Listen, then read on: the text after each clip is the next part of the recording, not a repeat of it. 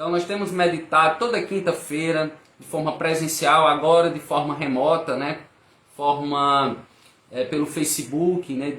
Online. Então que você possa também, não vai haver aquela interação, né? Como a gente tem na igreja, né? De estarmos distribuindo versículos bíblicos para os irmãos estarem lendo, não tá tendo essa troca, esse feedback, né? Então, Deus sabe todas as coisas, não é o momento agora, né, infelizmente, dessa interação, mas queira Deus, no futuro bem breve, né, um curto espaço de tempo, nós possamos estar na casa do Senhor, aprendendo dele, da sua palavra, juntos no culto solene, no culto público, onde o Senhor derrama a sua graça sobre as nossas vidas. Então, Tiago capítulo 1, dos versículos 16 a 20. Estarei fazendo a leitura inicialmente. Meus amados irmãos, não se deixem enganar.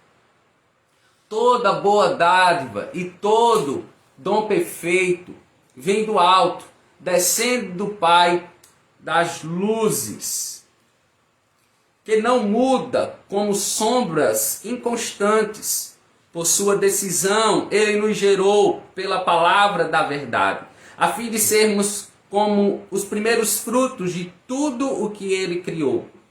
Meus amados irmãos, tenham isto em mente, sejam todos prontos para ouvir, tardios para falar e tardios para irar-se, pois a ira do homem não produz a justiça de Deus. Curva a sua cabeça nesse momento, mantenha a sua palavra, mantenha a sua Bíblia aberta e ore comigo. Pai, no nome do teu Filho amado Jesus Cristo, fala conosco por meio do texto sagrado, a fim de nos edificar, de nos consolar, de nos admoestar e confrontar a fé que o Senhor nos deu. Continua nos dando uma fé mais autêntica, mais sólida, mais firme e constante no teu Filho Jesus Cristo. Porque entendemos, ó Pai, temos estudado essa carta, que as provações são para que nós possamos ser testados e também aprovados. E teremos a aprovação se direcionarmos e o alvo da nossa fé for somente a pessoa de Jesus Cristo. Porque entendemos que Ele é a rocha inabalável da nossa fé, que Ele é o nosso castelo forte e torre de sustentação. Então nos conforme a imagem do Teu Filho Jesus Cristo, que o Teu reino possa avançar a cada dia por meio da exposição fiel das Tuas sagradas Escrituras. Em nome de Jesus, nós assim te oramos e te agradecemos. Em nome de Jesus, amém. Então, as citações bíblicas, né, nós estaremos colocando aí na descrição da live, para que os irmãos tenham acesso os textos bíblicos que nós estaremos lendo nesse estudo. Então nós temos meditado na primeira carta geral das Escrituras Sagradas, a Epístola de Tiago. As demais epístolas gerais das Sagradas Escrituras, primeira e segunda e terceira Epístola de João, primeira e segunda de Pedro e a Epístola geral de Judas.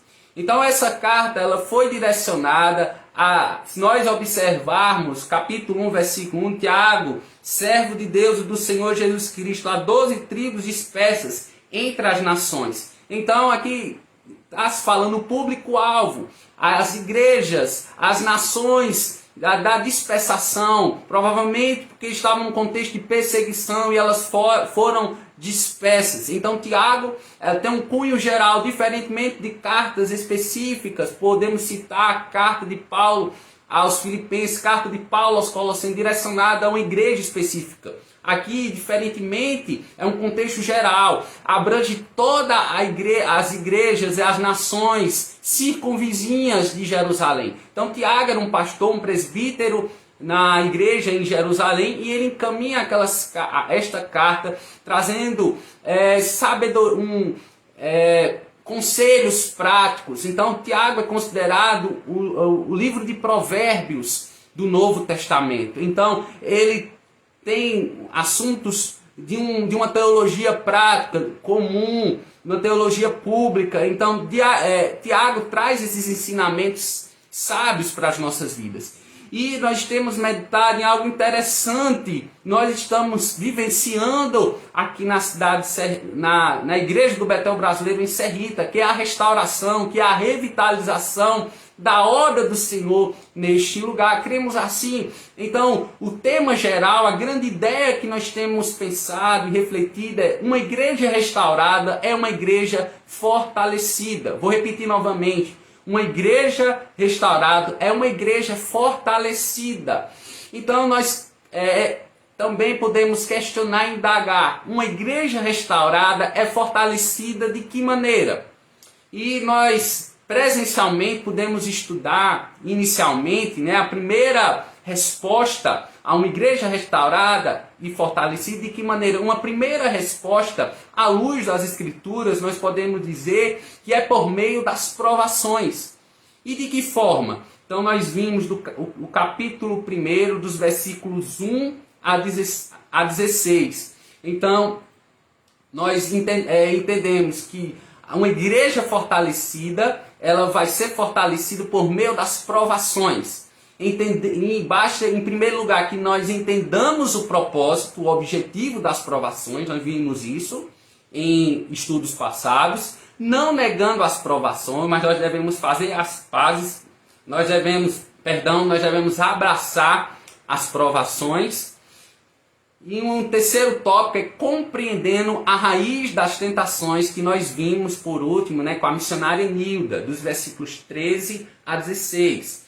Entendendo que as provações são vindas do próprio Deus sobre as nossas vidas, e as tentações, pelo contrário, é o inimigo da nossa serpente, a antiga serpente, o dragão, Satanás, o diabo, ele nos tenta. Então as tentações são provindas do inimigo da nossa alma, e as provações são testes para que nós venhamos ser aprovados, tenhamos uma fé mais firme, mais sólida, mais constante no Senhor e Salvador das nossas vidas, o nosso Jesus. E hoje uma segunda pergunta, que nós podemos elencar é, diante da pergunta, uma igreja restaurada é fortalecida de que maneira?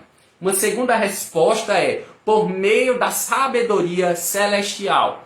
Por meio da sabedoria celestial. Então, Tiago, capítulo 1, dos versículos 16 a 20, nós estaremos meditando. Então, de que forma? Sabemos que é por meio dessa sabedoria que provém do Pai das luzes, que provém do Altíssimo, da majestade de Deus. Mas de que forma? Qual é o meio? Pelo ouvir a palavra de Deus. Então, nós temos essa sabedoria, que não é a sabedoria terrena, não é a sabedoria passageira, mas uma sabedoria eterna, uma sabedoria que provém do Pai das luzes. E é por meio da sua santa palavra. O meio é a graça específica, é um meio de graça especial, as sagradas escrituras. O versículo 16 que nós lemos diz o seguinte: meus amados irmãos, não deixem enganar-se. Tiago aqui diz, não se deixem enganar. Tiago volta a dizer que os irmãos não deveriam se desviar, que os irmãos não deveriam se deixar ser enganados a respeito do caráter de Deus, dos seus atributos comunicáveis e incomunicáveis, sua bondade, sua longanimidade, sua benignidade, a sua imutabilidade, onipotência, onisciência. Então, esses são alguns atributos comunicáveis e incomunicáveis presentes no caráter de Deus. Então, Tiago reafirma aquilo que ele já havia dito, que o mal e nem a tentação provém de Deus, pois Deus é bondoso, dele vem toda a bondade. Deus, eu quero afirmar que Deus não criou o mal, ele decretou permitir o mal, segundo alguns estudiosos. E como é isso? Como ele decreta permitir algo? Vamos observar isso em Gênesis, capítulo 3, dos versículos 16 e 17. Nós conhecemos essa narrativa bíblica, a narrativa que conta o diálogo de Deus com Adão, o cabeça federativo da humanidade, da raça humana.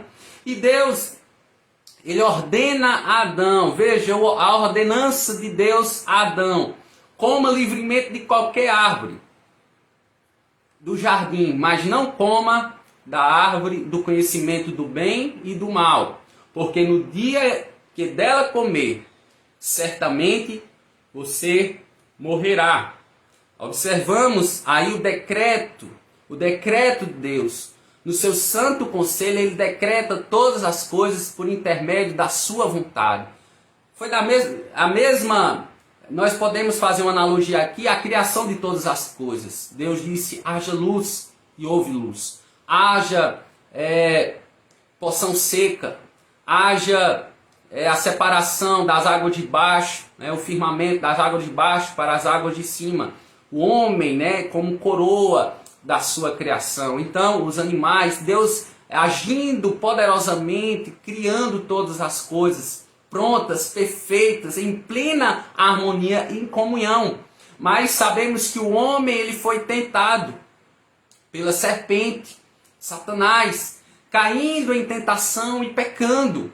Tiago vai dizer em capítulo 1, versículo 15, que uma vez o pecado tendo sido consumado, gera a morte.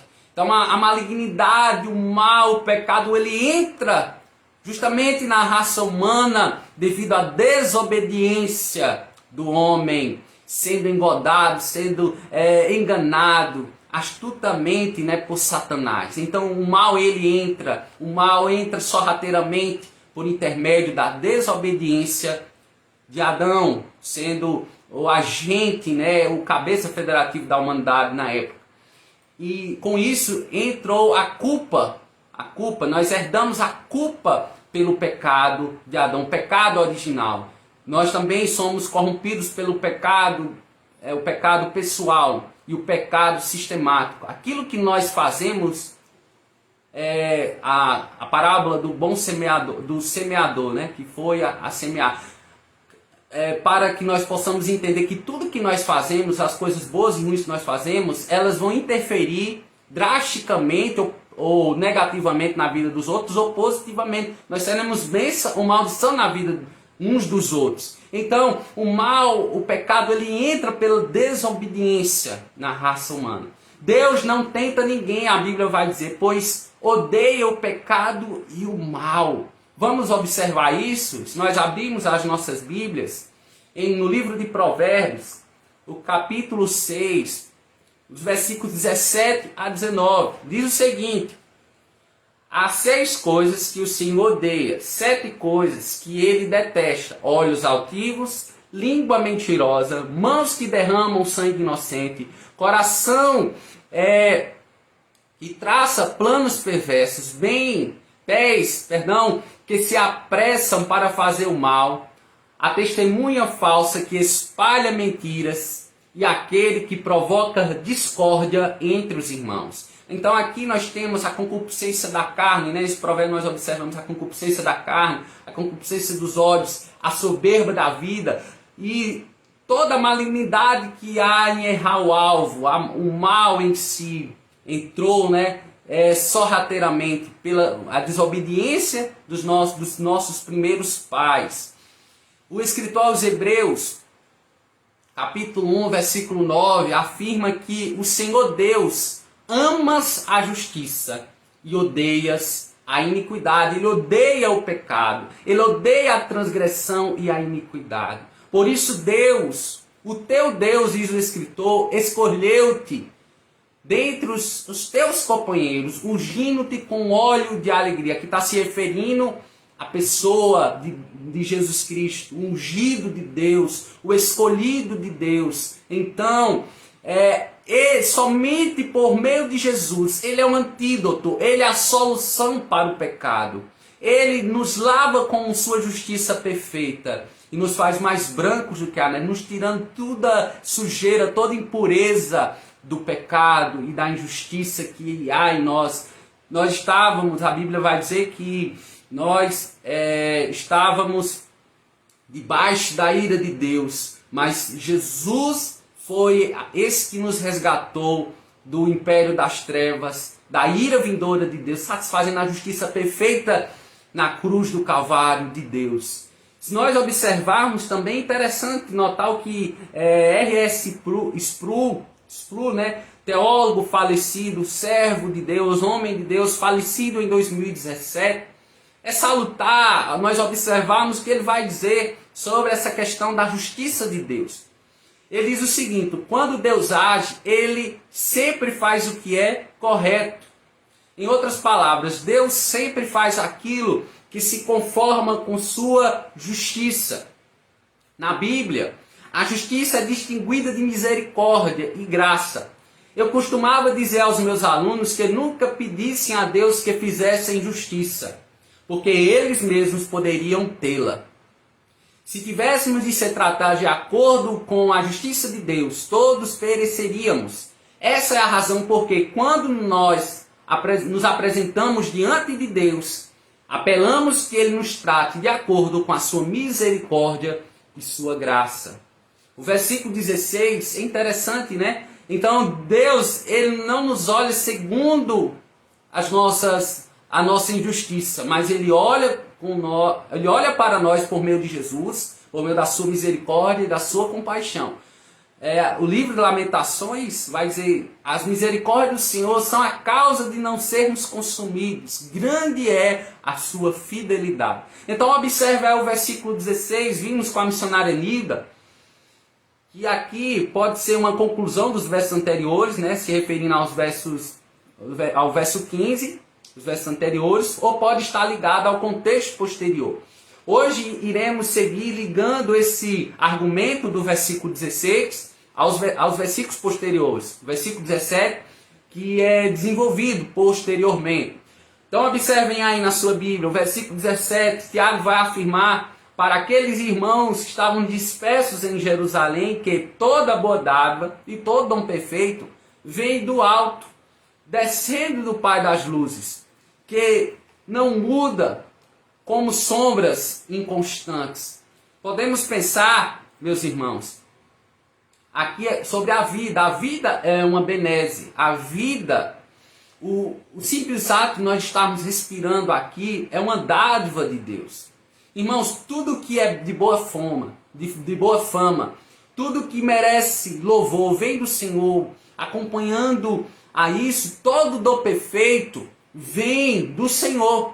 Em Romanos capítulo 1, versículo 20, diz o seguinte: pois desde a criação do mundo, os atributos invisíveis de Deus, seu eterno poder e sua natureza divina, têm sido vistos claramente, sendo compreendidos por meio das coisas criadas, de forma que tais homens são indesculpáveis. A criação manifesta a Deus. As Sagradas Escrituras, de forma especial, manifestam a Deus, manifestam o Deus Criador de todas as coisas, o Deus sustentador de todas as coisas. É esse Deus que nós servimos, é esse Deus que nos dá o dom da vida, a dádiva da vida. É Ele também que sopra o fôlego de vida nas nossas narinas.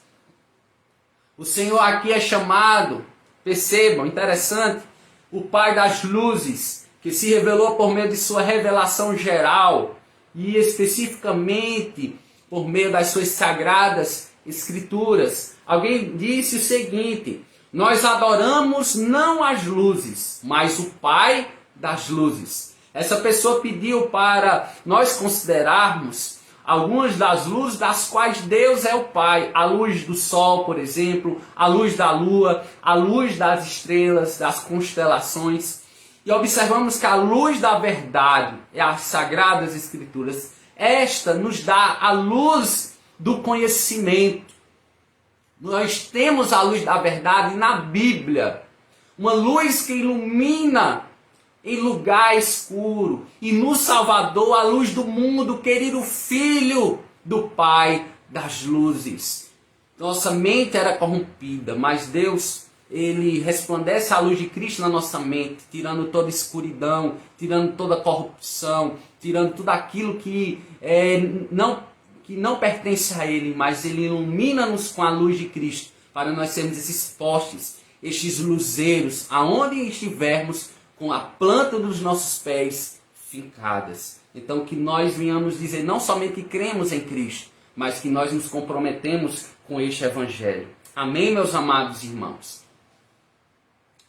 O texto vai dizer que o Senhor Deus é imutável em seu ser, não tendo sombra de variação nenhuma. O que é isso? Deus é o mesmo ontem, hoje e será eternamente. Nosso Deus, Ele não é filho do homem para que minta. Ele não volta aquilo que Ele estabeleceu. Seus decretos, eles e sua palavra permanecerão. Tudo passará. Tudo passará como a neblina, mas as palavras contidas no cano das Sagradas Escrituras, elas permanecerão de geração em geração. Eu acho interessante o que A.W. Pink, no seu sermão, ele vai definir a soberania de Deus. Perceba o que ele fala.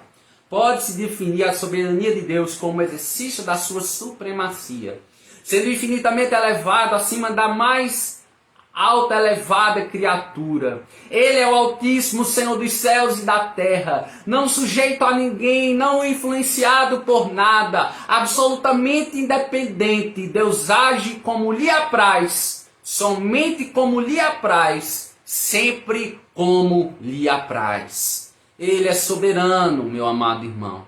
Ele é criador e sustentador de tudo. Tem um salmo que diz: aquietai-vos e saber que eu sou Deus, ser exaltado entre as nações, ser exaltado em toda a terra. Quando Moisés perguntou sobre o nome de Deus, nós temos esse diálogo de Moisés em Êxodo capítulo 3, versículo 14. Moisés, ele pergunta sobre, querendo saber o nome de Deus, Deus lhe diz: eu sou o que sou. É isto que você dirá aos israelitas: eu sou, me enviou a vocês. Não há nenhum outro Deus, não há nenhuma outra pessoa aqui na terra que tem essa própria autoafirmação: eu sou o que sou. Só o Deus verdadeiro, só o Deus que é vivo e que intercede por nós. O seu Espírito Santo, ele é luz na nossa vida. O seu Espírito Santo, ele intercede por nós com gemidos inexprimíveis. Isso é maravilhoso. Aleluia. Glória a Deus. Glórias sejam dadas a este Deus. O versículo 18, observem aí, segue dizendo: por sua decisão, ele nos gerou pela palavra da verdade, para que sejamos como que os primeiros frutos de tudo o que ele criou. Tiago, em resumo, aqui diz que Deus dá um novo nascimento aos cristãos por meio de sua palavra. Em João, o Evangelho de João, capítulo 3, dos versículos 3 a 5, nós observamos o diálogo de Jesus com o mestre da lei, um doutor. Hoje, se nós pudéssemos pensar hoje, uma pessoa que tem um mestrado, um doutorado, uma pessoa que é perito em algo, tem um conhecimento muito elevado, muito abastado na teologia. Então, ele tem um diálogo com Nicodemos. E perceba este diálogo. João capítulo 3, versículos 3 a 5. Nicodemos, ele indaga, ele pergunta a Jesus. E Jesus responde a Nicodemos, ele declara: digo-lhes a verdade, ninguém pode ver o reino de Deus se não nascer de novo. Perguntou Nicodemos: como alguém pode nascer sendo velho? É claro que não pode entrar pela segunda vez no ventre de sua mãe e renascer. Respondeu Jesus: digo-lhe a verdade, ninguém pode entrar no reino de Deus se não nascer da água e do Espírito. Jesus estava se referindo aqui ao novo nascimento, a regeneração. Nós entendemos que nós fomos eleitos, nós fomos predestinados para manifestar as grandezas deste Deus. E a resposta dessa regeneração que acontece no nosso íntimo, no nosso interior, é a fé e o arrependimento.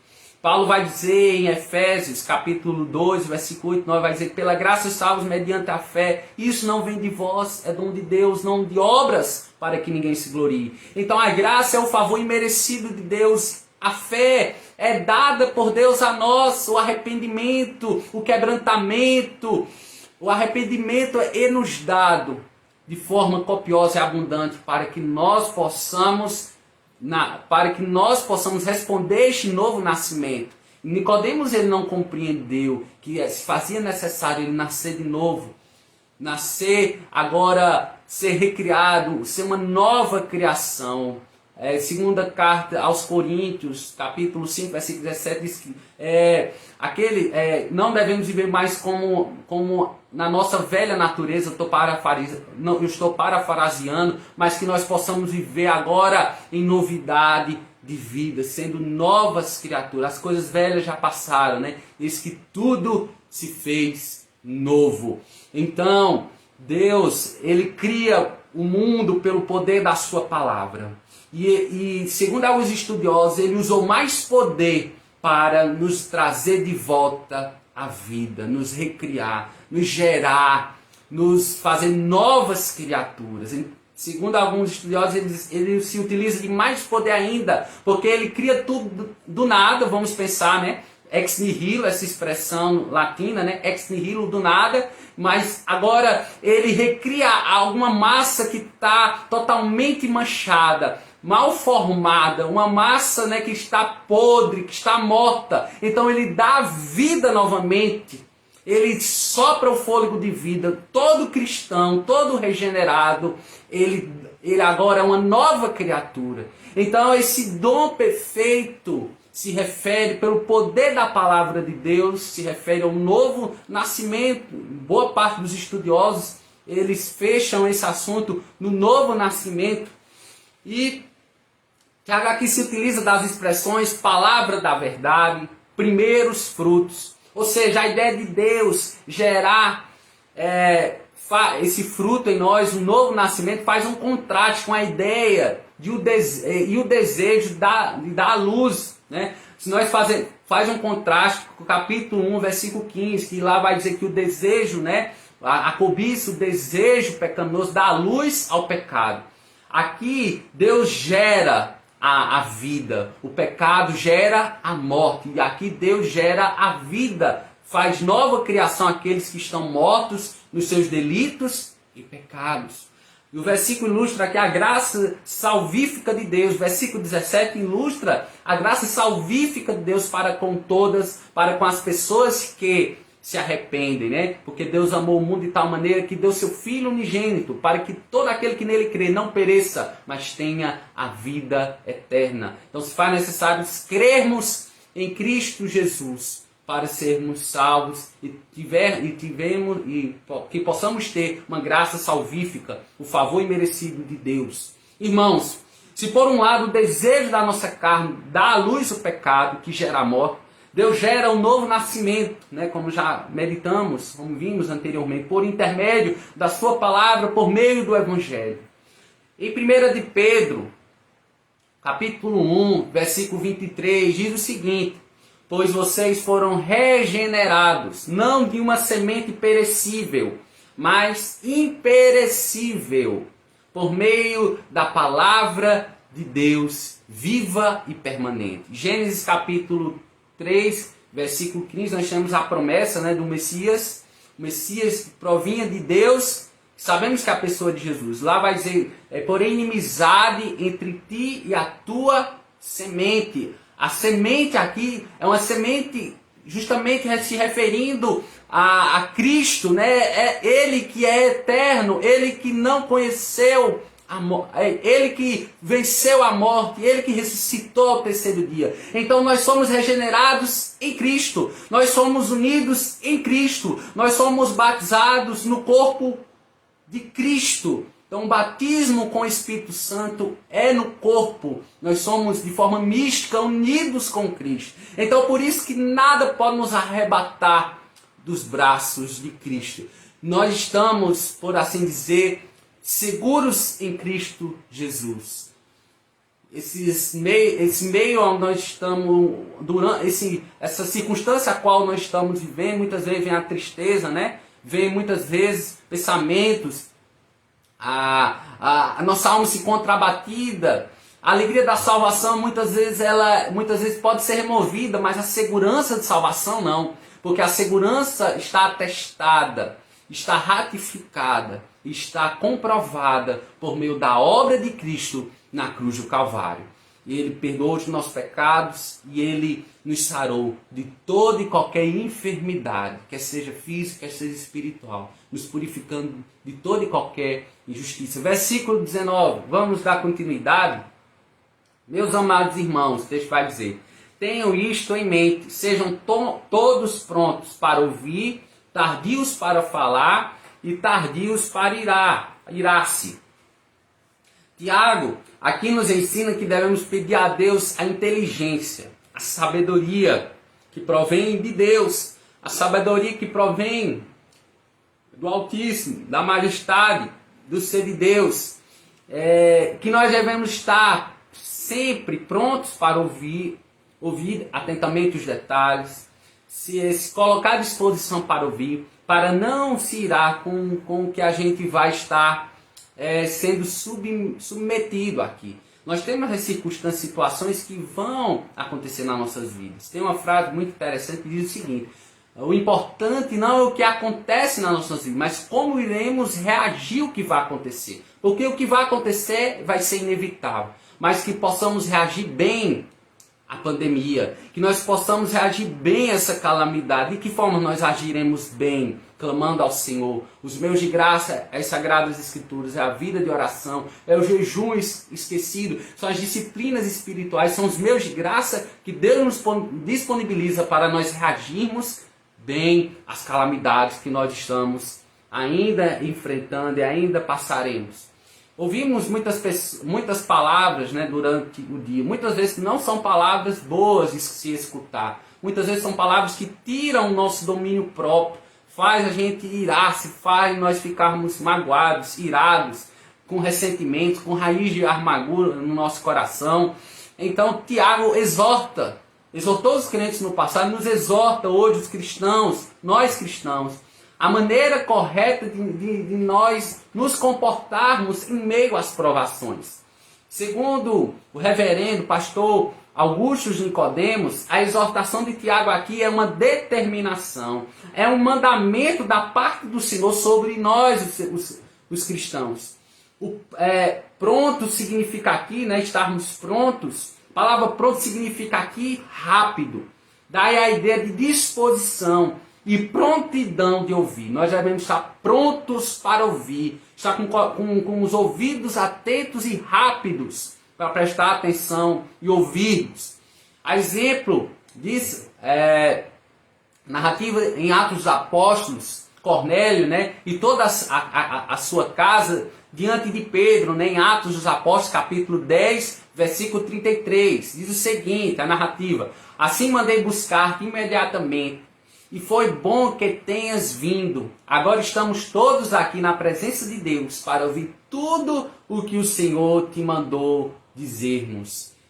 Para ouvir tudo o que o Senhor te mandou dizer-nos. O Senhor fala conosco por meio da sua palavra. Ela é lâmpada para os nossos pés e luz para os nossos caminhos. Ela é viva, eficaz. Ela é mais cortante do que qualquer espada de dois gumes, a ponto de dividir alma e espírito, juntas e medulas. Então você tem a palavra de Deus em suas mãos. Então que você atente, esteja pronto para ouvir tudo aquilo que está escrito nas sãs doutrinas. Dando continuidade, para ouvir eles deveriam ser rápidos, mas para falar eles deveriam ser o quê? Tardios. Ou seja, eles deveriam refrear, eles deveriam pedir ao Senhor discernimento para falar aquilo que convém falar, aquilo que traz louvor, honra, aquilo que traz exaltação o nome de Deus.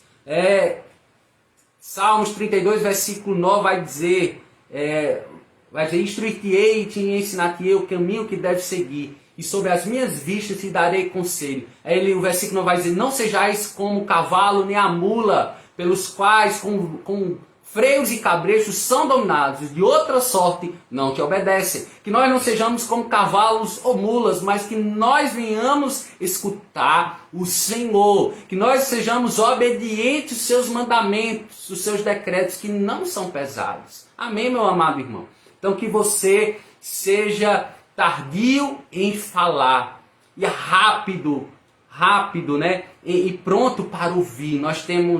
Tem um ditado popular que nós temos 2 ouvidos e uma boca. Então que nós possamos ouvir mais a nossa audição em contrapartida do que nós estamos significa ainda ser lento para começar a falar e não lento enquanto fala. Não lento enquanto fala. Então Tiago termina dizendo que os cristãos deveriam ser vagarosos em irar-se. Em Provérbios capítulo 15, versículo 1, diz o seguinte: a resposta branda desvia o furor, mas a palavra dura suscita a ira. Vamos nesse momento observar o versículo 20. Diz o seguinte: pois a ira do homem não produz a justiça de Deus.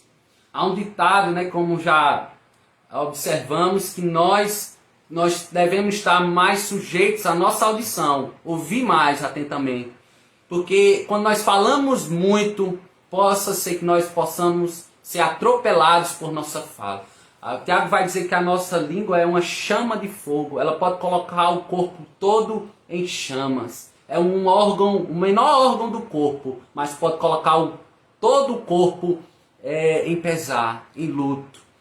Então que nós possamos ser prudentes, possamos ser inteligentes, sábios em proferir palavras às pessoas que estão ao nosso entorno. Então, interessante ainda vermos em Isaías capítulo 6, temos a figura de um anjo, né? Isaías tem um encontro com um anjo que coloca uma tenaz na boca do profeta. Então ele coloca aquela tenaz porque Isaías justamente ele era pesado naquilo que ele falava, pesado de língua, e ele precisava ser purificado, a sua língua deveria ser purificada, e que nós possamos pedir como Isaías, e pedir que o Senhor venha purificar a nossa boca, para que nós sejamos bênção, não maldição, na vida das pessoas que nos cercam. Certa feita, o pastor Jonas Madureira disse o seguinte: a coisa mais importante não é fazer a obra de Deus, mas talvez seja ouvir a voz de Deus. Então, interessante, né? A obra de Deus, ela é do jeito de Deus, terá o sustento de Deus, se nós observarmos atentamente a voz de Deus, não segundo o que nós estamos pensando, não segundo a nossa maneira de viver, mas segundo a vontade de Deus, que é boa, perfeita e agradável. A resposta é simples, né? Melhor dizendo, nós podemos ainda perguntar qual a diferença entre a ira do homem e a ira de Deus. Você pode pensar, indagar aí na sua casa, qual a diferença da ira do homem e da ira de Deus? Entendendo, né, que a ira do homem não produz a justiça de Deus. A resposta simples para esse questionamento é porque a ira humana é uma reação emocional de sua natureza caída em Adão, com os seus sentimentos, né, os sentimentos misturados de ódio, rancor, o desejo de vingança, como aconteceu com Caim. Então, a ira humana, ela não produz a justiça de Deus. Podemos citar um exemplo: um homem lhe ofende na rua, um homem passa e lhe ofende verbalmente ou até lhe agride. Então, qual o pensamento que vem na nossa mente? O sentimento de ódio, de raiva, o sentimento de fazer justiça com as próprias mãos. Mas essa justiça, Tiago está dizendo aqui que essa justiça ela não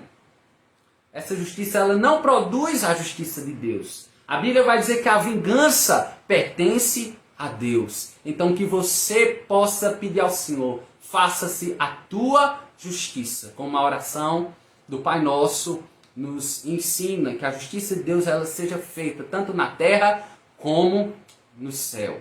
Amém, meu amado? E não sejamos como Caim, não sejamos como os homens,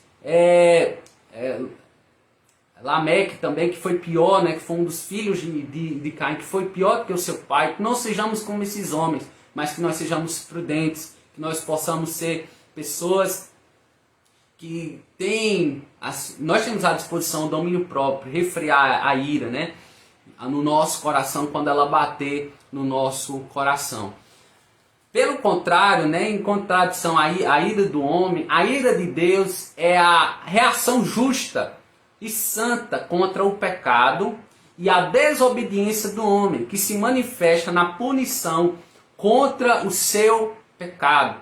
Vemos, por exemplo, em Números 11:33, diz que Deus feriu aquele povo por causa do pecado da gula deles. Então Deus fere, nessa narrativa bíblica, o povo do antigo concerto, da antiga aliança. Ele fere justamente porque eles estavam estavam sendo gulosos, não estavam respeitando, não estavam sendo gratos, mas estavam sendo pessoas que estavam agindo segundo a sua velha natureza, não a natureza redimida, né, que o Senhor assim tinha lhes dado, estava disponível a eles. E para concluir, diante dessas verdades bíblicas, devemos ter algumas atitudes nessa noite.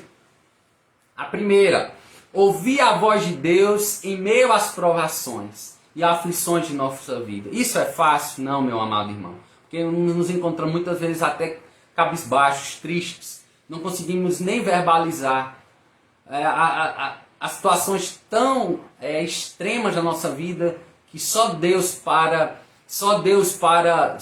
soprar na nossa boca as palavras, né? Porque não sabemos orar como convém. Possamos pedir ao Senhor as palavras certas, assertivas, no tempo determinado por Deus, para que nós possamos orar segundo a vontade de Deus, não segundo a nossa vontade. É importante nós orarmos segundo a vontade de Deus, porque os seus decretos eles vão ser cumpridos e que nós sejamos coparticipantes, que a nossa mente, que a mente já renovada, a mente no Espírito Santo renovada, ela possa orar aquilo que Deus já determinou para se cumprir. E só por meio de uma vida devocionalmente, de oração, nós conseguiremos orar conforme a vontade de Deus. Você pode me perguntar, como pastor? E eu te digo, como já disse, através das Sagradas Escrituras e a vida de oração, nós seremos assim fortalecidos na aprovação pela palavra de Deus. A segunda atitude, devemos entender que nós, irados, dificilmente tomaremos decisões sábias. Meu amado irmão, quando nós nos sentimos irados, nós não tomamos decisões prudentes, sábias. Pelo contrário, nós damos vazão à carne muitas vezes. Nós falamos o que não se deve ser falado. E que em meio a essa pandemia, que os nossos ânimos ficam à flor da pele, isso é normal, isso é comum. Que nós possamos pedir a Deus sabedoria que provém dele, para que a gente possa, por meio da sua santa palavra, agir prudentemente, em nome de Jesus. Um exemplo aqui, muitas vezes, as enfermidades que vão nos assolar, a perda de entes queridos, né? Nós não estamos imunes a perdas de entes queridos, né? Nós estamos vivendo um pranto, um luto nacional, e nós não estamos imunes a isso, mas que nós possamos reagir ao luto bem, que nós possamos reagir bem às enfermidades, às situações caóticas de crise nacional, econômica, social, política, religiosa que nós estamos vivendo, possamos reagir bem. Amém, queridos? Irmãos, alguém disse o seguinte, que a raiva humana não produz o que Deus aprova. Está certo isso, está redondamente certa essa afirmação. Que possamos pedir a Deus sabedoria no que estamos falando e colocando para fora. Se isso tem glorificado a Deus e abençoado nosso irmão, ou se nossa boca tem sido uma maldição na vida dos outros. Devemos ter cuidado, vigilar, estar sempre vigilantes nesse sentido. E a terceira e a última atitude, sermos agentes da paz. Você seja agente da paz em meio às tempestades e vendavais que nós estamos passando. Tiago, capítulo 3, versículo 18, nos diz: e é em paz que se semeia o fruto da justiça. Amém, irmãos? Que nós venhamos semear o fruto da justiça neste momento de pandemia, que tem se intensificado de crise em nosso país, em nosso estado, em nossa cidade, aqui na cidade de Serrita.